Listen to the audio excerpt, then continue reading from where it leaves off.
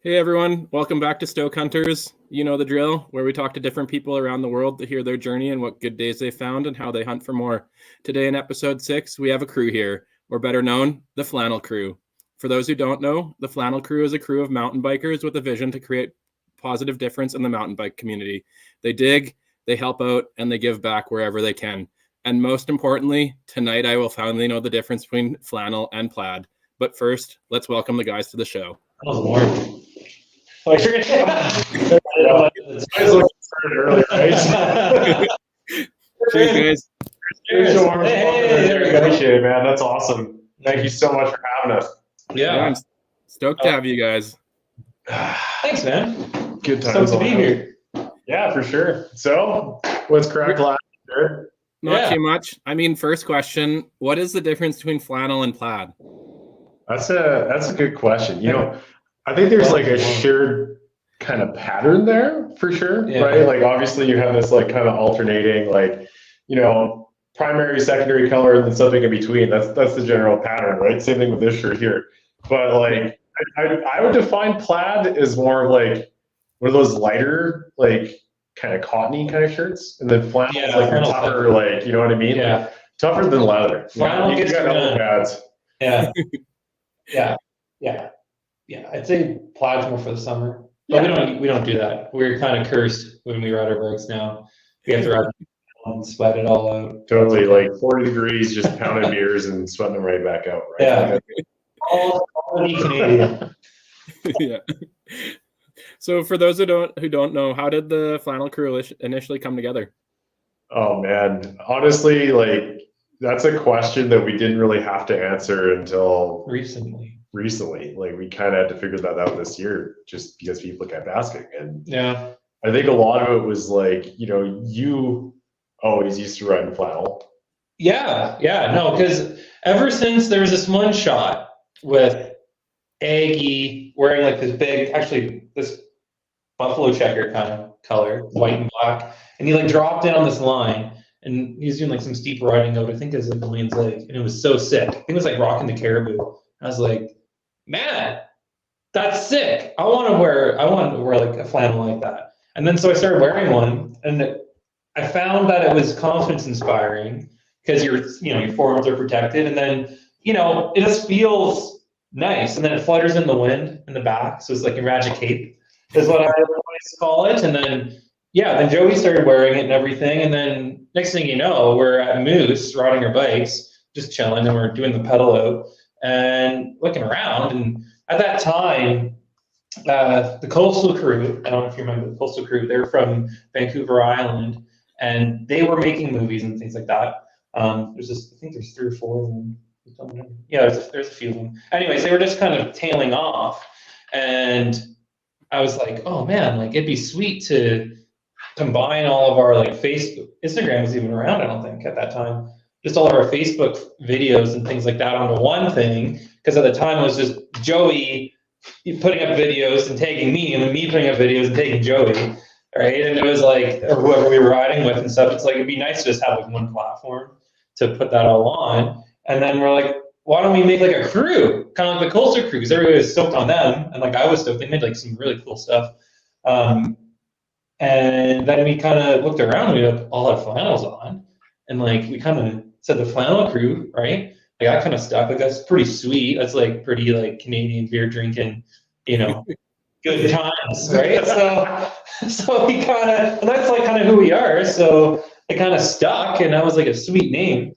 And then Joey, being like a marketing guru, just took it and ran. Really? Yeah, I think the funniest thing about that statement is like Brian always mentions before Instagram was around, but like just to set the record straight, like it was before Brian got Instagram. That's true. Because got Instagram, he was just alive on Instagram as this hashtag, right? Like the Flannel Crew already had a few thousand followers, and there was like hashtag a little too zesty on that one. Oh yeah, there was. Because it's the famous Brian. Wait, Joey made my own Instagram account. Oh yeah, that's right. I made Little Too Zesty for him before he started using it. And I took it over. I built it up as like a mascot, then he just like took it over from there. But like, yeah. it was just like such a strong branding play, right? Like the Flannel Crew seemed to resonate really well, and like we're dumb and goofy enough that people thought shit was hilarious, and it just started taking off organically. So it's been great. Yeah, you guys need to have like a zesty orange color if you don't already. Oh, that'd be cool. We got like a kind of close one, right? Yeah. Our orange ones, like I would call it zesty bordened. Like we should stop calling it the orange flannel and definitely go with the zesty bordened. Yeah. Because it's like not like bold orange. It's almost that yellowy tinge in between yellow and orange. Yeah. Totally. There's always like subliminal, Trailer Park Boys joke in there somewhere, right? And how did you transition from just filming rad stuff to then being like kind of the faces of Calgary mountain biking down there and like doing trail events and everything? That's a really good question. Like I think it took off to a certain extent on its own, and then I feel like we just realized that we had a voice and we needed to put it to good work, right? Like it wasn't just something where we were gonna sit around and just, okay, we're the Flannel Crew, and like it's just us being stupid. Well, like we want it to be something good and positive for the community always. It kind of started when NWD had just finished releasing any movies, right? And there wasn't really. There was that time where everybody was like, "Free ride's dead. Everybody's free ride's dead. I'm paying by farm. Free ride's dead. Free ride's dead. Enduro, blah blah." And I'm like, no, just like you don't need boost because you're still shit at riding bikes. Like this is gonna help you. It's all marketing gimmicks. Like grab a beer, get some loose juice, get a flannel on, and ride bikes. And like let's just, the page kind of started off as a like, I don't know if I can swear in this, but like fudge the industry, right? We are here to ride bikes for fun. We're not here to race and for health. And but people vibe with it, man. People are like, yeah, because we got into bikes for the same reason, right? So it like resonated with people, and then we started getting a following, and then like Joey said, like a voice, and we can make an impact. So then it was like, okay, get your trail karma, right? The trails aren't going to fix themselves. We'd always do trail days and things like that at Moose, help volunteer. Joey ended up on the Moose board, so that really helped. But then we, use our voice and always channel events, do whip-offs and things like that, and they kind of just, went from there and grew. But we always stayed to the same. Like the other day, I was just at Tanny's house. We were looking back at we were watching Drop-In and some old movies, right? And then we're like, fuck, we should probably watch like the rest. Like, why don't we watch our year-end edits that we started making in like 2017 and like watch how we progressed, right? And man, they're like, you get stoked just because they're like, I don't know, just like real and like raw. Like the one year-end edit just starts with like us ripping off our buddy's sleeve and being like, oh yeah, you're ready to go now. Good for the sun. Like,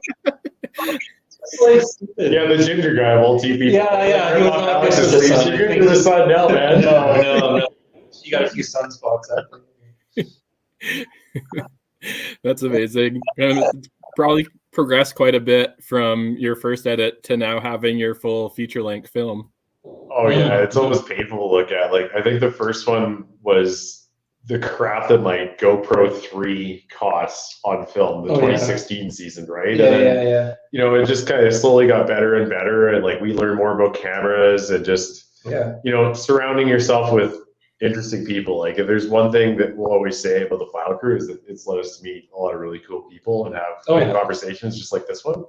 And just meeting people that actually know their way around the camera or around the GoPro, around editing software, stuff like that, just taught us so many amazing things. And then it went from just making 10-minute edit every year that took us months and months to get done to like putting a whole year into making a movie and things like that. Crazy. Right? So like it's one of those things. Like we've always found a way to like one up what we've done in the past. And I think our core philosophy, like what we just spoke to, like let's just keep it fun. Like fuck the stupid industry stuff, right? Like we really have not cared what anybody really wanted in terms of an industry goal, right? We're not interested in brands that are just out to make money. We're interested in brands that want to give back to the community. Yeah, make like lasting stuff.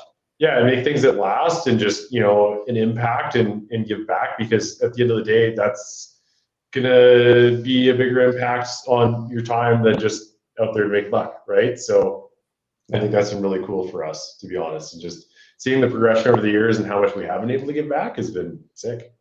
Yeah.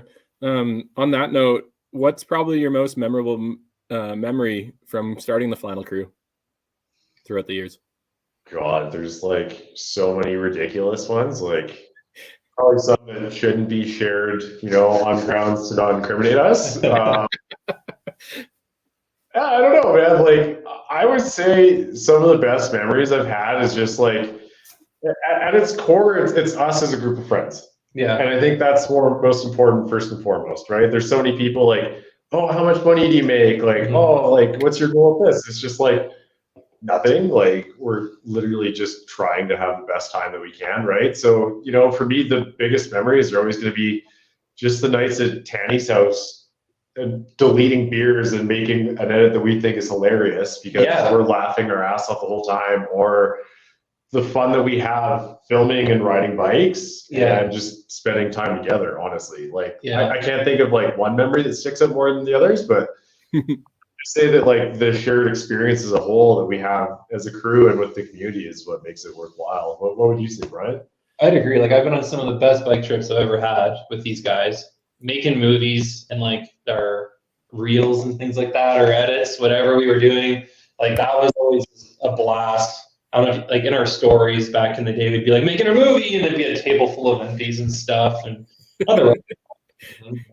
You need to get the creative juices flowing, and that, and like I'd say like what's been really kind of fun is that going down, you go to your local hill, right, Moose or whatever, in the parking lot, and then somebody recognizes you and they want to do a lap or whatever, and you go down and you take your time, and I've ridden that lap 1,000 times, right? So it's like, I don't care, but like to see like being able to, I guess not coach, but like give some advice to people, and like I haven't hit this feature before, and it's like, here, I've hit this 100 times, like this is how you do it, this is how I do it, where I let go of my brakes and what you got to do, right? And then they go and hit it and they're so stoked.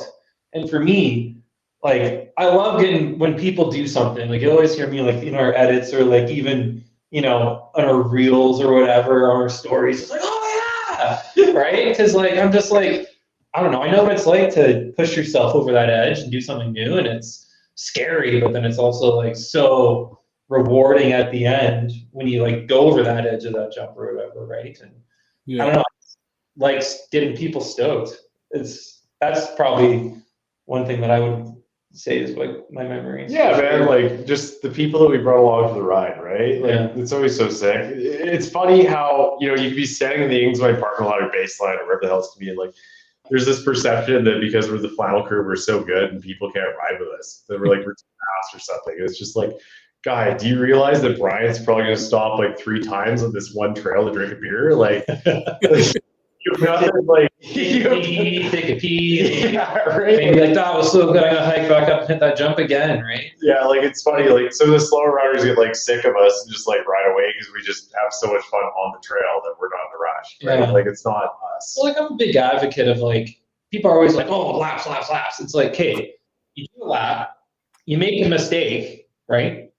Now you're done your lap, you have to go pick up your truck, blah, blah, blah, blah, blah. By the time you're on the trail again, it's been an hour, right? And then you go and you make the same mistake again, right?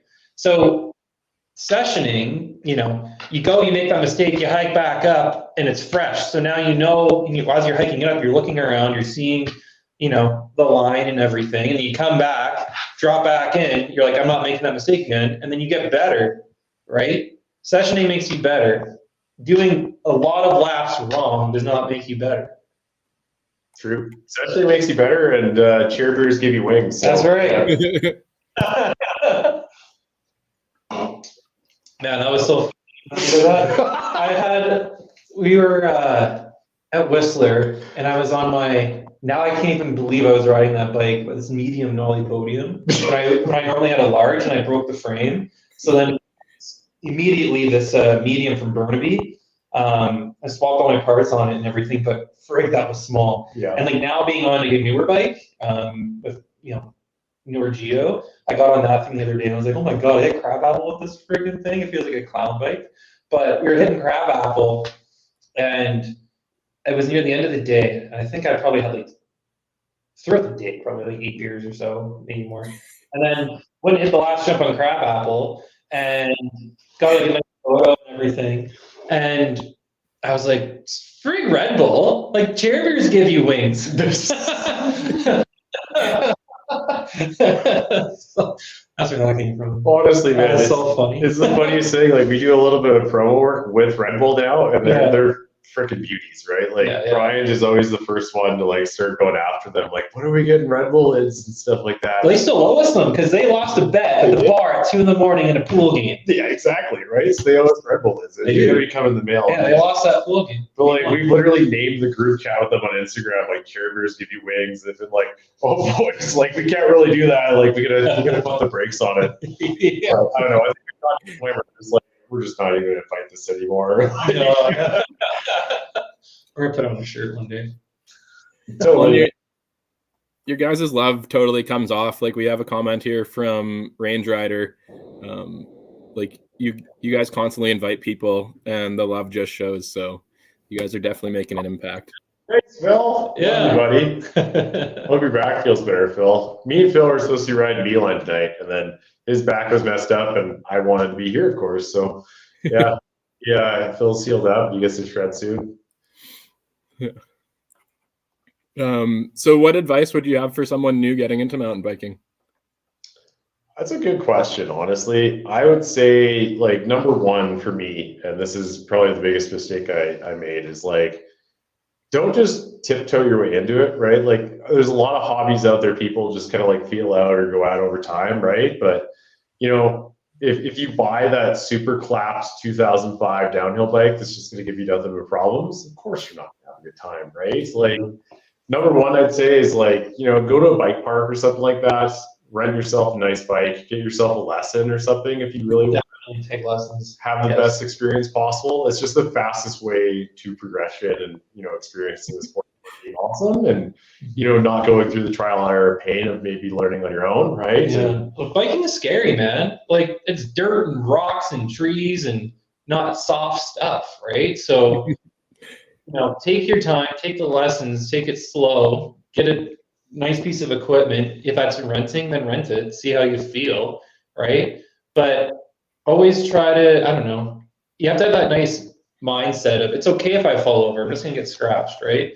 But at some point, our one buddy, Connor, just surpassed this, where he actually feels comfortable riding his bike and having fun. He's good enough now where he can, you know, do some side hits or like mess around a little bit, get kind of creative, right?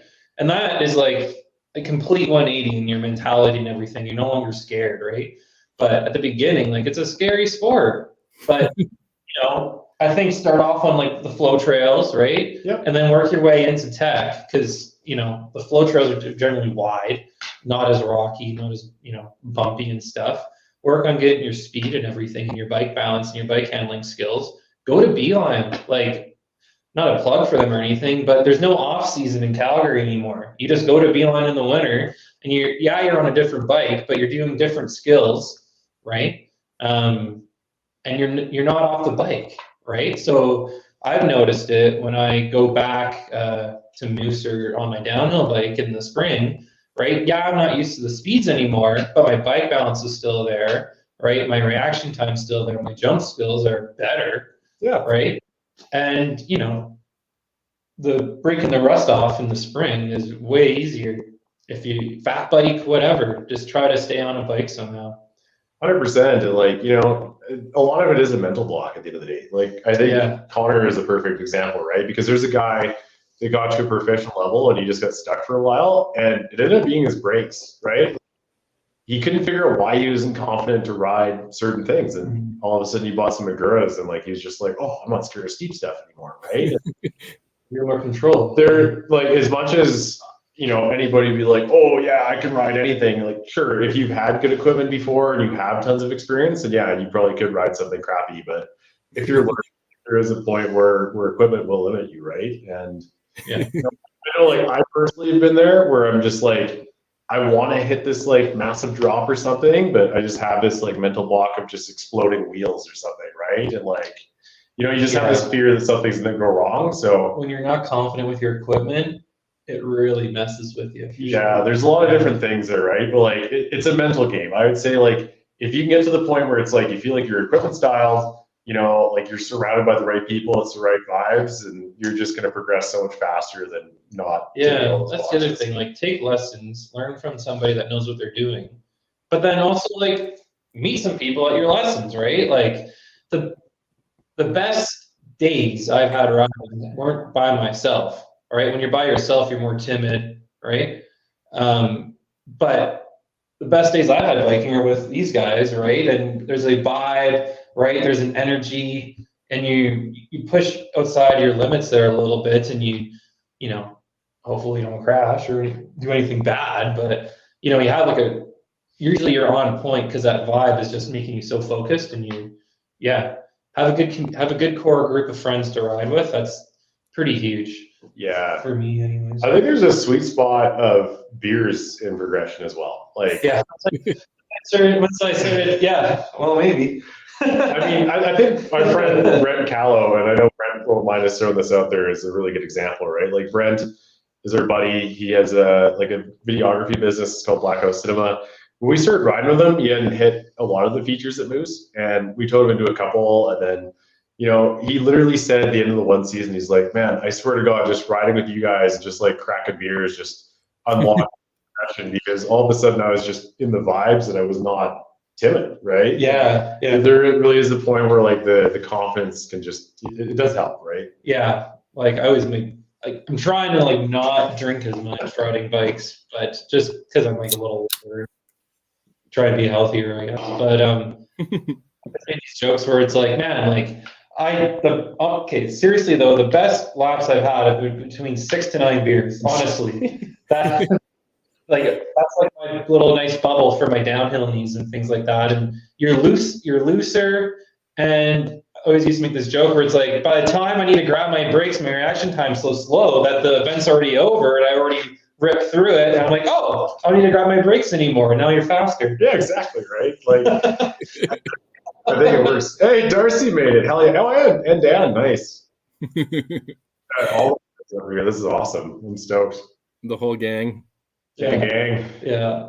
That's really dope. But yeah, man, honestly, for those newer people to the sport, just put yourself out there, man. Like, don't be afraid to, you know, also take videos and just document your own progression, right? There's been some controversial topics around that lately. I know Lone Ranger put out a piece, and I think well said that with Ryan, and it was kind of like calling out a pink bike editor a little bit too, right? On their podcast, they're complaining about like, I hate seeing new people posting videos and all this stuff, and you know, that's some bullshit right there, man. Right? Yeah. I think everybody has, you know, the right to post stuff, document their own progression, and just look back on the memories, right? Like, it's fun to look back on where we were, I guess, like 7 years ago when we started this thing out to now, right? And It's just crazy. like, if we didn't take that first step to start posting our videos, we wouldn't be here and we wouldn't have this brand either, right? No, exactly. You should never shun somebody for wanting to film and mark their own progression. And like, you know what? I've looked at things 100 times, or like if I crashed, or,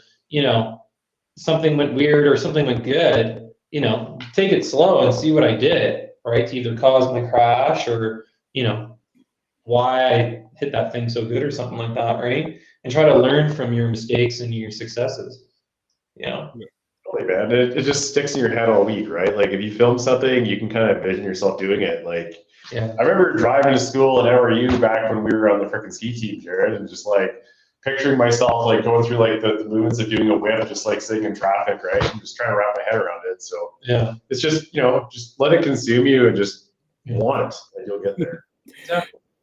Yeah. Well, I've only been biking. This is my first year biking, and I was down in Revelstoke, and when I was there for the Revy 50, one of the guys said, like, you know, biking is the biggest community you don't know exists. Like, until you come into mountain biking, it's like you don't realize how friendly and how welcoming it is. Yeah. Yeah, man. Honestly, it's so true with every, you know, kind of niche and community that's out there, right? Like, you go to these inner circles and you go to events for these clubs and stuff like that, and it's 110% family. Like I started riding moose with Bryant, and I think we had 60 new best friends within like a couple months of just being going to events and shoveling and stuff. We're just like, okay, that's kind of crazy. And you know, you go to somewhere like Baseline, and same thing. There's like another really tight knit crew, and they're just all super down, aligned on the same thing. Let's ride bikes, have good times, and drink beers, right? Like if you have a shuttle truck, a bike, and a case of beer, you'll never have a shortage of friends in your life ever again. 100%. And it's things in the woods, yeah, you know, and it's kind of still kind of stayed like that, and we're all sharing the same experiences together and stuff, you know. yeah, man. Once a DGen sport, always a DGen sport. That's never going to They're change. trying to change it, but we're trying to stop it. Yeah, not like your typical like old guard kind of way. Just like we don't want the fun to get taken away from it, right? And it's you know, not against anybody. We just see a less serious side of it, and we're trying to keep that going for sure. Yeah. Well, and the thing is like, you know, to hear like when I watched the video of like and seeing it where they're like, oh, you know, I don't want to see the same green run 300 times. It's like, well, do you guys not know what mountain biking is? Like, you know, there's 200 professionals, and then there's like a million people who are just casual riders who want to have fun. So what probably applies to more people? Like, yeah, man. Like even from, you know, my time volunteering with Embits, I can tell you that like the most profitable trail for that mountain is 727 because it bridged the gap between Moose Mountain and West Bright Creek, right? So it got the ridership way up and had more people coming over that side, right? So it's super important to have the inclusivity for the sport and like the easy entry points. But I think the biggest thing is just make sure it stays fun, right? Like you got to make sure it's a careful balance always, right? Like you don't want to script the fun of the more seasoned crowd and, you know, annoy them, but you also want to like bring as many people into the sport as possible. Like our motto is more butts and bikes, man. Yeah. You don't care who you are. Like I just want you riding a bike and having fun. Like we had these stickers. We should probably make more because I know we had a request for them. But we had the slogan "Pretty stoked on bikes," right? And like, yeah, we're pretty stoked on bikes, but like also the point is to get people pretty stoked on bikes, more people pretty stoked on bikes, right? And it's everybody stoked on bikes. Yeah, not just us. And like all kinds of bikes, right? Like obviously we're mountain bikers first and foremost. There's the BMX fan like Darcy and those guys, like who kills it by the way. Yeah, 100%. He's an absolute legend. Like I'd like to see more people ride more BMX. Yeah, he's stoked on bikes. See people riding gravel bikes, road bikes, cross country, like whatever, man. Like if you're on a bike, I'm stoked. That's our mission. Well, I mean, like whenever you see a road biker on the road, like I've never seen them like smiling, so I don't know if they have fun while they do it. So, well, they're just chasing type 2 fun, right? Like it's kind of fun there for sure. Not my kind of fun, but all the power to them. No, I know. It's those are I always bug my road biking friends and my trail running friends. They're like, "Oh, you should come join." I'm like, "But when you do it, I don't see you smile." Whereas like a mountain biker, even going slowly uphill, they still have a big stupid grin on their face. There's a reward at the end: a beer and a lap. So what do you think would have the like from personal experience where mountain biking had like a profound impact on your life? That's a good question. Well, I know exactly when mine was. Gary. So my aunt used to live in Whistler. Well, not used to live in Whistler. She lives in Vancouver, but she had a condo in Whistler for like 20 years. And I always used to go out there snowboarding, right?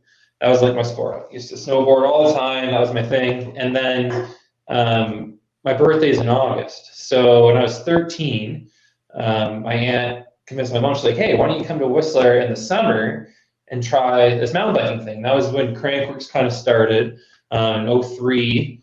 And they had like the boneyard and everything and all that stuff. And the Kona clump was there. And like they had the Kona rental bikes and everything. And I was like, okay, I'll come out there and try, you know, biking instead of snowboarding. That's fine. And it's Crankworks and stuff. So I got to see all the competitions and things like that. Because it was in August, first week or second week of August. And I remember getting this, renting a bike. It was a Kona Joyride, right? And back in the day in Whistler, they would name their rental bikes after a trail that they just opened. So it was just a Kona Stinky or Stab. But yeah, it's called a Joyride. I rode down Beeline, and I was so stoked, man. It was this like so good. So I was just like, man, I got to go to Whistler now every year in the summer for my birthday instead. Like, I can snowboard like at home, right? Like in Ontario, like whatever. I don't care. I can go to Blue Mountain. Who cares? I want to focus on biking. And then the moment I started like jumping better on my bike than I could my snowboard, I was like, yeah, okay. I'm a mountain biker now that snowboards in the winter as a pastime instead. And that's kind of it for me. Yeah, I think that's really well said, man. Honestly, like some of those first experiences are just like so profound, and like, the initial progression curve, like it always starts slow, right? You always have this like learning period where you're awkward and it's hard and you suck and stuff like that. But when you really start getting good, like that's where I think it can take over. Like I bought my first, I guess, like higher end mountain bike back in 2010. It was a 2010 Giant Brass one. Bought it from Columbia Cycle of all places in Invermere. Just family camping trip, going to the mountains for the weekend. Decided that I've saved up enough money. I'm getting into the sport, right? Steve, scissor buddy, got you. Yeah, and like I kind of got into it. Like I dabbled with it. I wrote some Pano, wrote some COP, stuff like that with my buddy Kerry and Tommy, and I think I met Bryant that summer, and that was definitely like a life-changing thing. And I think I didn't really get super serious into it in the first couple of seasons, just because I sucked so bad at it, right? And I was wet all the time, hurting myself, cut and bruised, just not having the best time. And then just getting closer to Bryant and then riding more with him and just getting those tips from him as a mentor, right, was when my progression really took off, and it got super addicting. And then bought my first like $350 downhill bike. It was a Cannondale Gemini, and then I was really able to ride stuff confidently, right? Like I could get down moose without getting a flat tire or like duking a rim or something. And then I felt like a mountain biker, honestly. And like the first couple gaps that I went over and really felt accomplished, same thing. Then it was just hooked, right? Couldn't stop, couldn't get me off the bike, and just wanted to keep going with it. So yeah, it's an addiction to the feeling of progression. And once you really start getting it, it's hard to stop. And like those films, man, back in the day, like Rad Company's a super good film, but even before that, like, I watched like Rome, The Collective. Like I got so into biking movies, I'm like, I want to do what they're doing, So like, I went and got a Kona Scrap, one of the hardtails, 05 one, and like just found some kids that was in my neighborhood that were digging out there and everything in the woods, and we made these jumps and everything, and just trying to replicate what we saw on, in those movies, right? And finally now, in 2023, I'm replicating something I saw in like 07. Well, behind the curve, but like we're getting there. How many more years till we see Flannel Works come to Calgary? Oh man, Flannel Works, I like that. Yeah, it is a good idea, cool. Jared. I like that a lot. Like, I mean, I guess we've like thrown the whip off party and moose and stuff like that. We used to do this thing. We used to do this thing called the bike rodeo at Plateau. It was this festival that Wanda, our one friend, she created, and unfortunately, she doesn't run anymore because of COVID. They kind of killed it. But I think there was 2 or 3 sessions of Plateau, and like the whole point of it was to have a mountain bike festival in Canmore that would make the Alberta government see that there's a demand for bikes and trail societies and things like that in Alberta, and to stop, everybody from going to BC, like start creating infrastructure and bike parks and things like that here. And so she wanted a fun aspect to her, festival. So she asked us what we could do, right? Because we were kind of like these like fun, just chill guys. And so we came up with this bike rodeo where we would have all these stupid events. Like we had tiny bike races, right? So we had like these little kids bikes, and we had like this like little track, and we'd have like a 4-cross race through it and stuff. We had like tire toss. We had inner tube tug of war where like you both get in a tube and then run in opposite directions. And so all these random games, and that was a huge hit, man. You had like a long jump and stuff, all kinds of things. It was super fun. Yeah, just like bike trailhead parking lot drinking games is really what they were, right? Like this is just stupid stuff where it's like I just wrapped up a couple beers, a couple laps at Moose. Now I'm having a beer and I just want to do something dumb with my buddies. But it was super fun. It was a huge hit. And like we came up with this other game where it was like a track stand. We had some unique name for it, but it was basically we had like 20 people in a circle that was like outlined by like pylons or whatever it was. And you had to hold a track stand. And if you fell over or had to like end up hopping out, then you're out. And the last one standing won a prize. That was pretty fun. Yeah, totally. Like you could run around a little bit, and then like we'd have a whistle so you'd have to freeze, and then like people would obviously just like fall over, especially if they're clipped in, right? Because they couldn't escape. Yeah. And yeah, I got out of hand. Like we had Aggie doing it with us that one Yeah, day. yeah, and, like, he did yeah. pretty good. He was hopping around on his dirt jumper for a while, and like I think he made it to the final few. But Yeah, for sure. and then like people's bikes have to stay in the ring once they fall over. And they're out, right? So like, now you have all these crazy obstacles. Like you're trying to like bunny hop over a bike because you're losing balance, right? It gets pretty hectic. So, yeah, it's pretty fun. It was a good event. That was a good event. I'm sad that we don't do it anymore. Yeah, 100%. Right? Like I definitely miss that one. Wanda did a great job getting that thing up and running. It's just I feel for her, man. Like she put her heart and soul into that, and COVID just totally killed it. Right? It was like, just about to like gain traction and like be good. Like she had this jump jam and everything. Like Tippy was there. Like Aggie was there for Aggie and Tippy because of YT at the time. Yeah. YT was there as a vendor and all this stuff, and they had a jump jam at the Canmore Nordic Center. Prize money, everything was actually like starting to like become a real thing. They had a demo bike and demo day and everything, and then COVID happened the next year, just killed it. Totally right. Like it was on the cusp of. I think it would have been like very profitable, and probably like Wanda could have got some staff and stuff to get it going after she put in like all that time and sweat work, right? To get it going. But yeah, what do you do, right? I think everybody had some sort of dream that was spoiled by COVID, so it is right. Just recollect and keep going. Yeah. 100%. Well, hopefully we'll see Flannel Works in 2030 in Canmore. Yeah, 100%, man. Like Canmore, hopefully it just turns into like a tour, right? That'd be the best. Just do a global tour. Yeah. Ride every ski resort in the world. I think Brian and I want to ride every bike park in the world. So yeah. That's fair. Same with our buddy Dan that's in the chat there. Like Dan, how sick would it be if we could just go shroud every berm there was in existence, right? a good day to wear plaid across North America. Yeah. What was it? Shrouding around the world. Yeah. We'll just friends and shrouding around the world. Oh my God. That's how we'll kick off the collaboration of a Flannel Crew goggle with matching Good Day plaid with like jorts that have like plaid in them, or I guess flannel in them. I like that a lot. Cool. I think that'd be sick. Cool. I'm gonna just send you that. I'm gonna pull this up on my phone and slow around the car. We found some material to match your teal color there, brother. This nice. Really do it justice, but like I think we're getting close. Like we could that's probably get it going. Yeah. That one is pretty sick. But yeah, we're getting closer. We're trying to find the still flannel launch one of these days. Yeah, that'll be sick. And then we can. I was on the segment with Joey and Mark, and they know the YT guys good, so maybe we can get them to do a custom. Well, no, I guess you guys are sponsored by Nolly, so we'll need a Nolly plaid bike. Yeah, totally. Oh yeah, Ken, if you're on this call, you probably are. Like, what are you doing? You gave us these team colors as an option. We want a flannel bike, man. How do you envision the evolution of mountain biking culture in the coming years?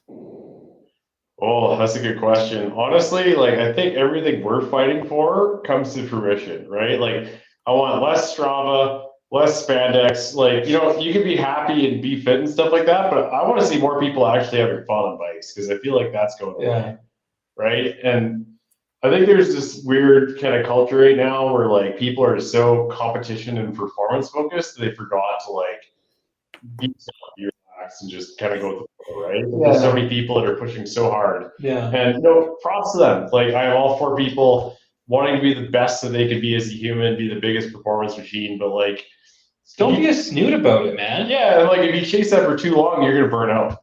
Don't be hard on it, right? So I want to see more people with more balance, right? Yeah. Equal parts fun and rad. I think that is the biggest thing we go for. And like I want to see less focus on my bike is worth more than yours, or my bike's better than yours. Like there's so many times until like we, got these deals where I had like an '07 or an '05, baby blue RMX, right? Just clapped to shit. And like I could ride the shit out of that bike. And then, you got somebody being like, I got this 10 grand bike and they're all snobby and they can barely make it down the hill, right? It's like, get your head out of your ass. Like, it'd be different if that guy had a big smile, but he's just like literally mad that his $10,000 bike didn't magically, like don't take it seriously, man. You're gonna crash and your bike's gonna hit a tree and it's gonna be scratched. That's just life. And a lot of it isn't a contest, right? Like, why do we need to compare about that? Like, can't we just be all stoked for each other that we're having a good time? Exactly. Like whenever Joey does something, like there's one time where, because Joey's he used to be my protege, where he called me a trail Nazi, where we'd go down to COP and I'd rub his tire, tell him to go faster. And there was this one time I remember where he did the SLF rock roll before I did. And then he posted a video and I was like, fuck that guy, I gotta go fucking do that. Right? So I forget where I was going with that. But I don't know, like use motivation, I guess other people's successes, be stoked on their successes. Like I was stoked that he did it, right? And we push each other, right? And the only way we push each other is that we are stoked on each other and our accomplishments. And then, Joey can fucking do it, I can fucking do it. Right? But now like he's faster than me, like he spends way more time on the bikes. I'm injured most of the time.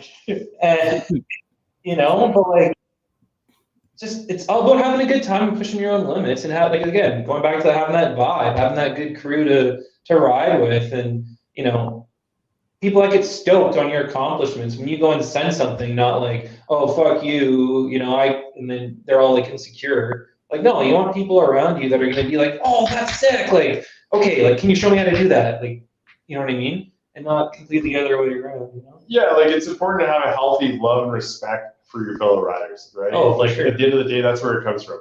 Yeah. It's like, I'm not going to choose to be jealous about this. I'm just going to choose to celebrate you and lift you up for your accomplishments because they're amazing, right? Like there's always two ways to look at something, and like one's a good day way to look at it, and the other one's a bad day way to look at it. And I think it's just always important to pump positivity into the sport in any way. Yeah. Like, I don't know, we're so stoked on, well, I'm so stoked on bikes that I literally broke my thumb in Utah, and it was the sickest trip I've ever had. And then I broke my wrist at Sunpiece, and it was so sick. It was so good. I'm still, I really effed my wrist, like bad, but it's gonna heal. It gets better. Yeah. But that was such a good trip, and that's how stoked I am. Like I had surgery and everything. I'm completely fucked my wrist, and it was such a good friggin' trip, man. And I'm back to Sun Beach next year and be just as stoked again. Maybe harder. Yeah, like no bad juju, no bad vibes ever, right? Like there's some unfortunate stuff that happens, but being able to look back and just be like focus on the good things that did happen, I think it's just really important. Yeah, and I'll have mental breaks. Like I'll snap and throw my bike down the hill. But that's just because I'm mad at myself. I'm mad because my bike almost killed me because of stupid mechanic. That's how always the bike, never the rider, right? That's not me. There's been a few that have been my own stupidity. I'm just kidding. Well, like, and I'm always amazed at how many people want to be like 2 minutes faster, 5 minutes faster. When you do a run that a Red Bull athlete would do in 5 minutes and you're doing it in 30, it doesn't really matter. We're never going to get to that level. So maybe we can have some more fun. And going into that, it's like, I'm never going to be the fastest because I started biking at 33, but I went to a lot of the women's enduros this year, and like they know how to do it. Like they're in costume, they're just having a lot of fun. And I'm like, man, we need this, but for like everyone. So maybe we can make the Woo Duro, and what the Woo Duro is going to be is it'll be an enduro, but instead of being the fastest one down, we'll have decibel readers in the corners and at the drops, and whoever reads the loudest like woos, that's how you're going to win this race. I think that's a way better measure, man. That's so good. Yeah. And to your point, like the ladies community honestly does it a lot better than the dudes, like bar none, right? There's always dudes that are cold in the bike park and stuff like that.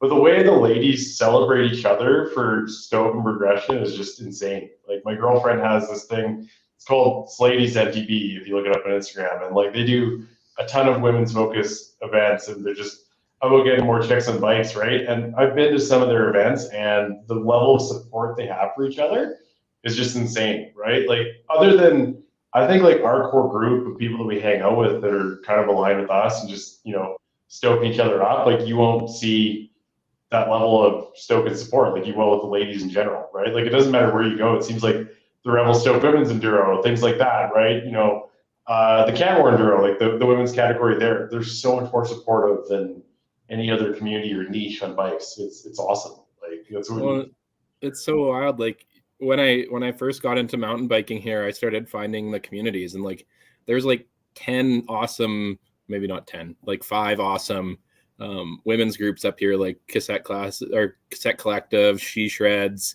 like just a whole bunch of, and like they're way more friendly than half the, like actually probably like 75% of the, maybe not that many, but it just seems like it because the ones who aren't friendly are usually the more vocal ones. But like they just know how to build a community and build the Stoke for each other, which everyone I think could take a learning page from them. Yeah, man, absolutely. That's really well said, right? And just hopefully they can set a good example and just fellas, like look what they're doing and follow suit. Like we can be better too, right? So it's always good to look at a different perspective and learn. Yeah. And I think, with a little bit of adrenaline and, you see the progression, how else do you see mountain biking positively influencing mental health and well-being? That's a good question. I think just as a sport as a whole, it ticks all the boxes, right? Like, A, it's getting you out of the house and getting you exercising, right? Like you're guaranteed to get some endorphins there. B, you're doing what you love, right? Like you're sitting there all week thinking about it and you finally get to go ride your bike. That's a wicked feeling in itself. Another good point is just the vibes in the community, right? It's just like any other hobby, right? Like I know we say that the bike community is the best, but even when I was into cars and stuff like this, I'm sure you can relate, Jared, like hanging out with your car buddies is always super sick. Like even if you're parked at Tim Hortons, you're shooting the shit. Good for your mental health. You're socializing with people, right? So I think the amazing thing about mountain biking is you get all those and then you get this insane rush of adrenaline and addiction there and the addiction to progression and just a never ending search for it, right? Like it's not going to be like, oh, like my car's fully built. There's nothing else I can afford to do to it. It's like, yeah, I've got this bike, but like I can still improve me and my mental game, my skills, and this to like go bigger, right? Like it's a never-ending search for progression, and I think that always gives you something to look forward to. So, yeah, like anybody that struggles with mental health or needs to pick me up should literally just go for a bike ride. Yeah. Right? Like it's fix so much, and just get involved with the community and find some mountain bike friends. Like you'll turn your life around. I don't think I've had a lot of sad days since I started riding, and it's because of like my best bud here and like everybody else in this community that I've been so fortunate to meet, right? Like they're just that awesome. Yeah. Honestly, like it's huge for me. Like being injured sucks just because I'm missing out on all that. And it's just for me mentally, it's huge because you're riding your bike. I'm always smiling. I'm always in the moment, right? I know that sounds kind of like very hippy dippy, but like I'm in the moment. All I'm thinking about at that time or that entire day is don't hit the tree, don't crash, don't, where am I riding next? How am I going to hit this, right? Or am I braking? I'm not thinking about work. I'm not thinking about any other stressors. I'm not thinking about what's in my account. I'm not thinking about anything. I'm thinking, okay, ride my bike, have a beer, see the guys, see the friends. Darcy. No, I know it is corny, but tell me that when you're riding your bike down T-Dub, you're thinking about, your work week the next week. No, you're thinking, how do I not fucking die? Darcy, you're a prime example. When your turbo blew up a couple weeks ago, the first thing you probably did was go on your bike and go through a couple of flares on a quarter pipe, right? So like, love you too, man. But yeah, like 100%. Like it's one of those things. It just takes away all the bullshit because you literally can't focus on anything else, right? Like, Yeah. it just blanks out your mind. And then when you make it down to the bottom, and like you see all your friends, come out of the trail too, and they're having such a fucking riot, and you just had a riot, and everybody's having a fucking riot. You're just like, whoa, riot! so good at the bottom. High fives everywhere. And then as you pedal out, you know, when you get to the bottom, you're like talking, oh my God, I almost crashed here. Oh my God, this happened. Just like all these stories and emotion just at the bottom. It's so good. I don't know. It's just so good. Sorry, I just have my car brain going on now with Darcy and talking about his turbo blowing. So he bought a mountain bike, and I'm like, yep, definitely cheaper than than a turbo. Darcy, you got deep pockets. Like that's a big bill in 1 week, but I don't blame you, bro. So like every story he had was him hitting a deer. I was like, Jesus, man. I was like, yeah, Darcy, take it easy, man. Poor guy. Well, and it's funny, like, I also had to buy the turbo. You say about in the moment, and it's like, honestly, I think it's probably one of the best ways to up your mental game, because it's like you can't focus on anything else when you're riding, because otherwise we might end up like James, and then from Woodridge, where no tree is safe when he's out riding. Totally. Oh man, I felt so bad for him. Thinking too much.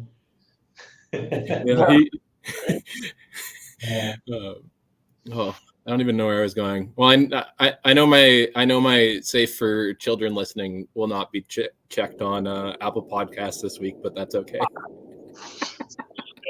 You know, start the ponies to feed the stallions, so it's all good. Yeah. So, what piece of advice would you give someone who wants to positively impact their community, whether it's mountain biking or another field? I think honestly, and like speaking from experience, is like if something bothers you, don't just sit there and take it. Like stand up and get involved, right? Take that first step to reach out to, you know, if there's an advocacy group like a trail group or something like that, go volunteer with them. Just find where you could be a fit and help out, right? And even if they for some reason don't want help, take the James route, right?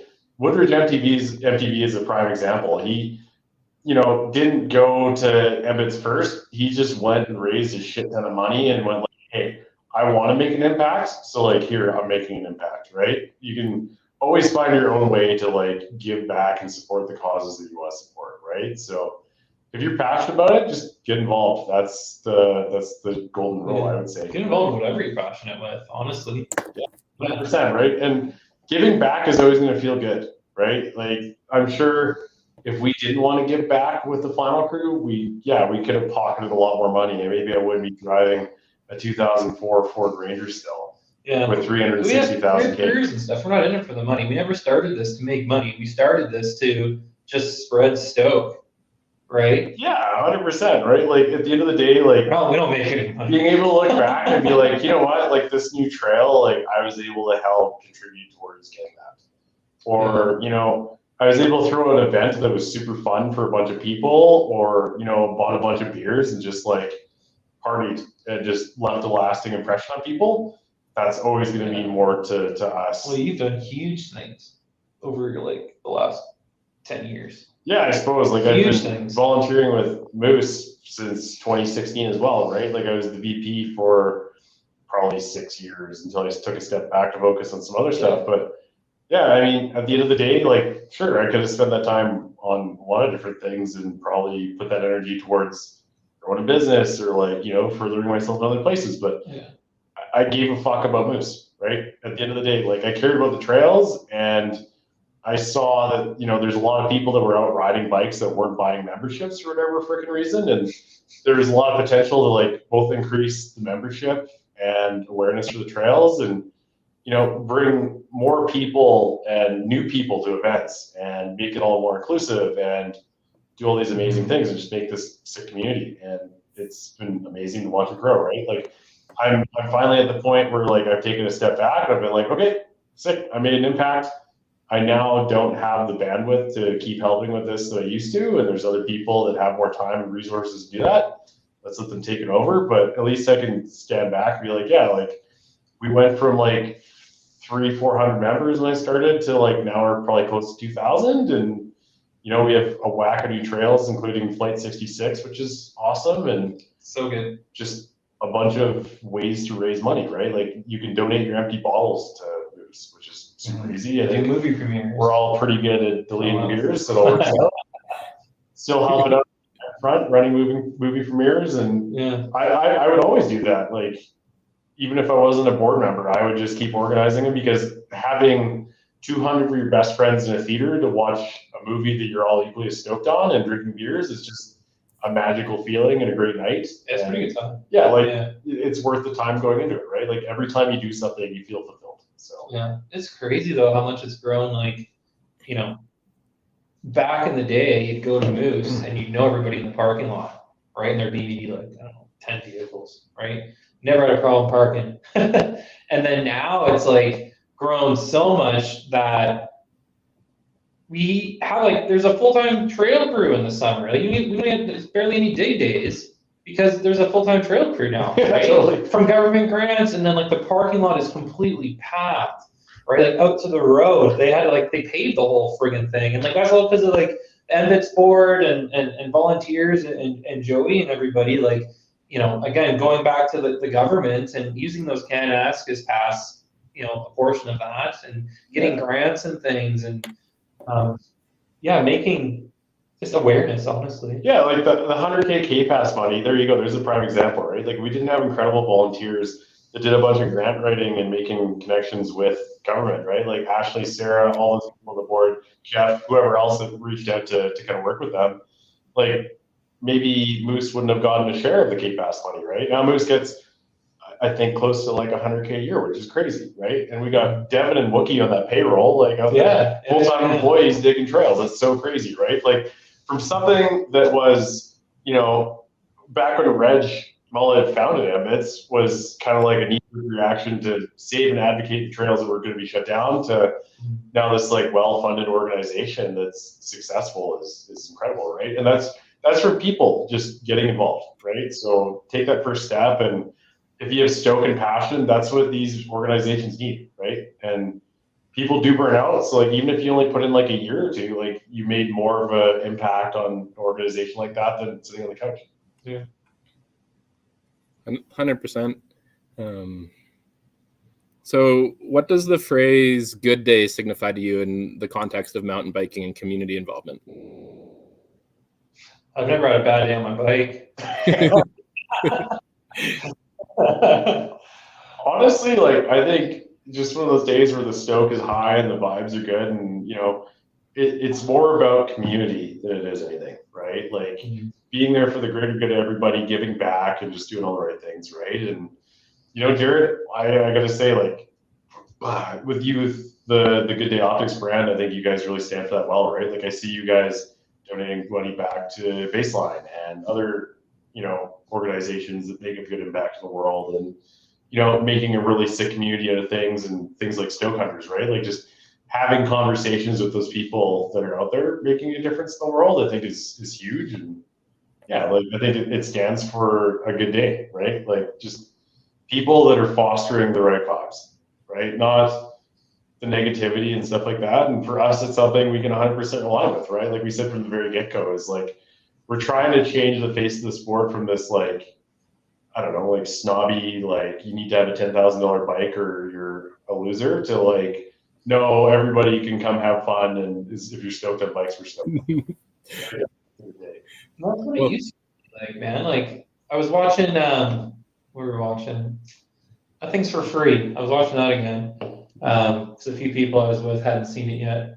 And it starts off talking about like the origins of free ride, where it used to be like that. All it was like cross country downhill racing competitions, and all of a sudden took a few select people to like, you know, go and do the uncharted stuff, throw BMX, you know, style riding into gnarly features and like being creative and things and not caring, and it just completely launched and became what mountain biking was for like almost like 15-20 years, you know.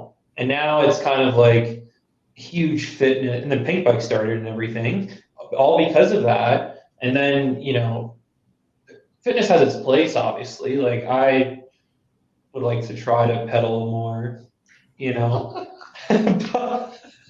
Well, the Toyota shuttle is always hard to say no to. Yeah, right. At the end of the day, like everybody's like, oh, but did you earn your turns? It's like, yeah, like, buddy, I worked all week to fucking put gas in my truck. Of course, I earned my turns, right? So there's two different schools of thought there for sure. I don't know. It's just like I do like. I guess would try to get back or pedal more, right? Just for my own health. I'm like 33, right? So like metabolism slowing down. Gotta think about my health more. I'm not like 20 anymore, but pedaling up, your legs are friggin' pooched. Ruins the downhill. Like I want to be 100% going down that thing and smashing. I don't want to be like, oh, my legs are too weak. I can't send it hard. It's like the whole reason I got into biking was like send, to just like send like the guys in the movies. I didn't want. You don't see the guys in the movies pedaling uphill. You know what I mean? You just see them. Yeah.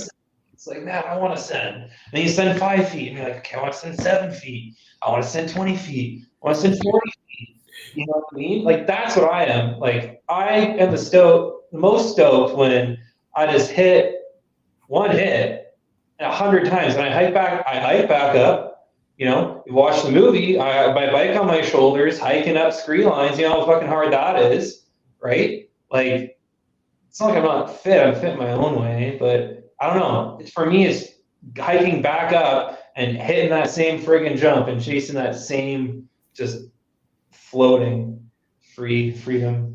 It's a really funny way to think about this is like, okay, like, Jared, I know you've talked about this, is like, think about your life's legacy, right? Like, and like, what if your life was a movie and it was being documented? What would you want the plot to be, right? And since we've run all these movie premieres and stuff like that, I can't remember which actual film it was. Was it? I don't think it was Esperanto. Remember that one? Chasing the Yeti. Chasing the Yeti. That was the name of the movie. That one was such a friggin', for me, a bust. And like, not to knock the filmmakers, like they did a beautiful job presenting it and stuff like that. But I would agree with Brian. Like, if your life is being documented like a movie, think about chasing that climbing time or chasing those climbing numbers. And for some people, I get that this is something that like you're stoked on and whatever. That's fine. All the power to you. But like being in a room of people that like, I know I'd say about like at least 40% of them were that kind of person that was chasing big days and like fast climbs and stuff like that. The segment they did on climbing had like the least engagement from the crowd. Like the room felt dead. People were talking.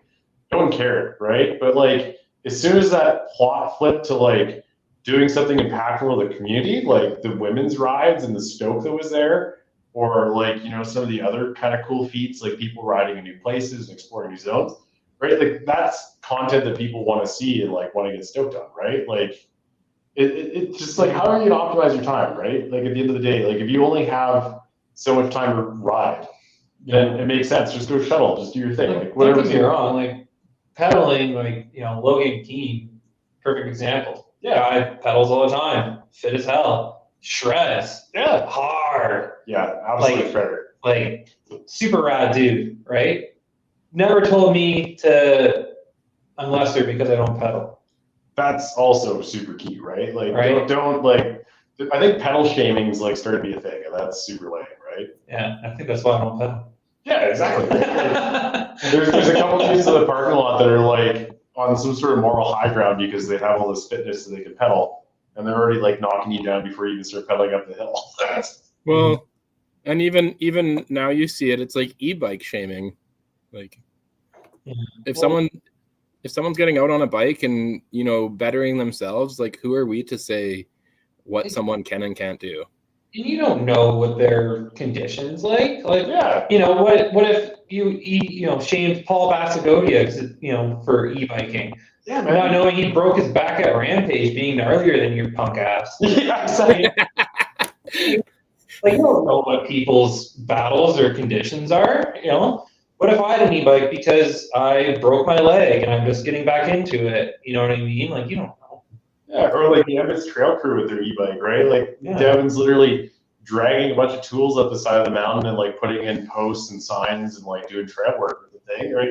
It's an access tool, right? Yeah. And there's so many people that maybe don't have the fitness to make it up the hill at all, right? And if that's getting them to the top and getting their heart rate going and their legs turning, then I think all the power to it. Yeah. I have no piece of It's like shaming somebody that's not fit for going to the gym. Yeah, it's like they're out at the gym, man. Just like let them. Yeah, 100%, right? And like even for the people that are perfectly fit and just want to maximize their ride time. Like I know so many dads where okay, from Tuesday night to like from 5 to 9 p.m. is my only window of the whole week that I can ride my bike. Then take the e-bike and crank out like 5 laps the time that you get to on your analog hog, right? Like go out there and get it, man. If it's gonna maximize your fun. Why the fuck do you care if Yeah. that other guy's riding? Right? Like is he Like, who having fucking fun? cares? Like Yeah, he's out there. He fucking hopefully bought his membership. 9 times out of 10, an e-bike is going to pull you back to the truck at Ings anyways, faster than either yourself. Like if anything, it just makes the whole route faster. So. I don't know. I think. Well, yeah, the buddy on the e-bike didn't point out that Joey's faster than you are, so maybe don't show up on the hill next time. Like I don't know. Like let's just all be friends and have fun. Stop the pretentious vibe. If you have an e-bike, if you have any bike, I don't care. If you're stoked, and want to ride, like I'll come up with us. We'll show you. We'll take you up. We'll show you a good time. If you want to hit something that you haven't hit before and you need some pointers, hit most of the things on the mountain. You know what? We can show you guys. I can think of like one persona that I don't want to associate with right now, and it's people that actually want moose to get logged. Yeah, I can't. And I get people have their reasons, like dude, my family owns the longest family-owned lumber mill in Canada, Nova Scotia. They love logging, right? I'm not against logging. I'm a structural engineer. We build things out of friggin' wood. I get it, but like, why would you invest as a government hundreds of thousands of dollars into this area that actually has grown into ridership and stuff when you can? The only reason why they want to log there is because it's right off the highway. It's easy. You know what I mean? There's acres and acres and acres and acres of friggin' woods, literally 10 more minutes down the goddamn road. Yeah, like just scoot over. There's a lot of territory there. Like I can't remember what the stats are that like end up on that Grow website, but like the percentage of what they could be logging that they're choosing to log is just ridiculous, right? So I get it, right? Like needs to be balance and checks everywhere and like a reasonable look at things, but yeah, I don't know. I've just come across a couple of individuals lately that are just like, it's stupid, just log it, who cares? Like screw the trails. I'm just like, how can you even think that way, man? Like this is something that brings, thousands of people joy every year, and the government like gave all this money to now just to destroy it. It doesn't make sense. It doesn't make sense. It just doesn't fit together, right? So I don't know. Yeah. But I digress. I know that's a bit of a tangent. There's no shame here. I'll listen to Creed, even though I think Kellen just made fun of it, but it's all good. Oh man, Creed's sick. No. 100%. And we kind of hit the 60-minute mark. But for people, who are kind of getting into, having Stoke and this and that, what advice would you give people to how they could have more good days? Really good question. Honestly, like I think just get out there and do it, right? Go to events, get involved, meet people. You're never going to have a bad time getting involved with the mountain bike community, Jared, right? Like exactly what you said earlier is it's the tightest group of people that you didn't know existed, right? Like if you get out there and just start participating in these events and getting to know the community, like I guarantee you gotta be out there wanting to better yourself. Don't compare yourself to other people in the community, man. Like if I compare myself to like, I don't know, Chris Carrier, I suck all day, every day, because he's just better than me. And he's just better than me. And that's how it is, And we're all better at bikes and are talented in our own ways, right? Like maybe I, can hit a jump better than someone else, but they can ride faster than me, right? Like everybody's got their own reason to be there. Just go there and work on yourself and stop comparing yourself. Because if you're comparing yourself to somebody, right, then odds are you're probably gonna get disappointed at some point, right? And then you're just gonna start comparing yourself to somebody. Just starts with what would you call it? Feeds negativity. Just go there to work on yourself, man. And it's a full circle, just being stoked on your other people's that you're riding with successes, not trying to compete with them. You know what I mean? Like I didn't get into biking to be in a competition. with anybody. I got into it because I wanted to challenge myself. Totally, man. And like the people that are super negative, they're not really the kind of people that go out and volunteer, like participate in community anyways, right? They're so wrapped up in themselves that they just end up in their own like little counterculture and group. Like the people that you will meet at the community events are probably all the amazing humans that will, support your growth and journey in Stoke all day long. So, go out there to, where you think you would find people that are amazing, right? Go to a trail day, go to, an AGM for your local trail society, go to anything like that, right? Like look for groups like Moose Mountain, Baseline, Canva, like us, Slady's, and any of those like little mountain bike groups that seem to be doing the community thing and putting on good times. If you don't have anybody yet, say you're new to town or something, Joey started the Moose Mountain Shuttle Group, right? So on Facebook there, and there's a lot of people on shift work that ride bikes. They're on a Tuesday afternoon. There might be somebody out there, right, that you can shuttle with. You know what I mean? And everybody in there, is always kind of riding, daily, it seems. Yeah. And just ask. That's the hilarious thing. Like Austin's a prime example. Like Brian and I are 9 to 5. Well, probably more than that. We work way too much, Monday to Friday. But Austin's a 4 on, 4 off guy, right? And I don't want this message to get out there to like car thieves or anything like that. But generally speaking, if you're in Moose Mountain Shuttle Group, it's like, oh yeah, like here's the keys on the track. Like let's just do the thing, right? It's super trusting, super open, just good humans that aren't gonna rip you off. So just put yourself out there, right? Like take that first step, as much as it might be nerve-wracking getting into something new. I promise you're gonna meet nice humans and they're not gonna bite. Yeah, like even on like COP, right? Share a chair with somebody. Yeah, like you're in the singles line, get on the chair. You never know. You might share a chair with us. Fuck, I don't care. Yeah, like let's go around. I can't fix your crippling anxiety, but like I guarantee that mountain bikers will take that first step to say hi because they're that kind of person. And as long as you're willing to make some small talk and have a conversation, you're not going to have a bad day. 100%. And thanks for joining us tonight, guys. Yeah, no worries. Hey man, thank you for having us, and thanks for all the good times. Jared, we have one more thing to do before we wrap up, and we need to run this giveaway for those 2 wicked pairs of glasses. Oh, 100%. And if everyone who watched us tonight enjoyed the conversation, make sure you hit subscribe on Apple Podcasts or on our YouTube channel, because it helps a lot, so we know we're doing a good thing over here. But yes, let's get into the draw. I was having a lot of fun punting out people. I think I got called out when I started liking other people's posts, but I just opened up my phone, and the first comment that I can see here that is not liked is I commented the transcript from the movie Life Cycles, and Mike Weens punted me out by saying Life Cycles told me to like it, but his comment isn't liked. So I think Mike will give you first dibs on a pair of Good Day Optics glasses, if you're okay with that, Jared. Yeah. Mike's a good guy, so very, very deserving one. Just scrolling through to see if there's anything else. Looks like Jack MTB 07 has an unlike comment as well. So Jack. What was his comment though? What's that? What was his comment? It says, like this comment if you like cheese. And I'm not going to read the rest of it because it's pretty inappropriate. Just for the sake of your Apple Podcast rating, Jared. I appreciate that. What else?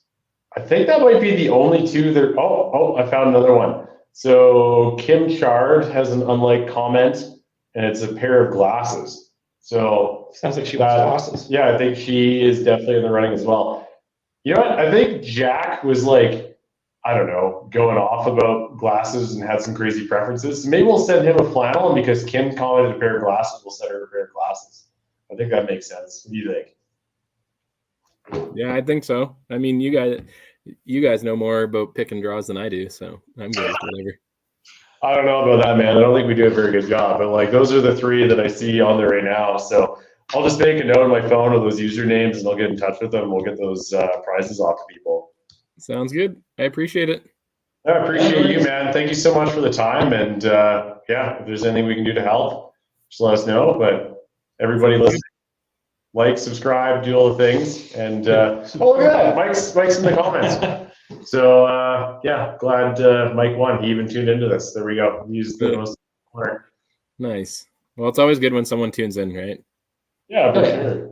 Yeah, thanks for tuning in, guys. Thanks for listening to us just rant about things. Yeah, for sure.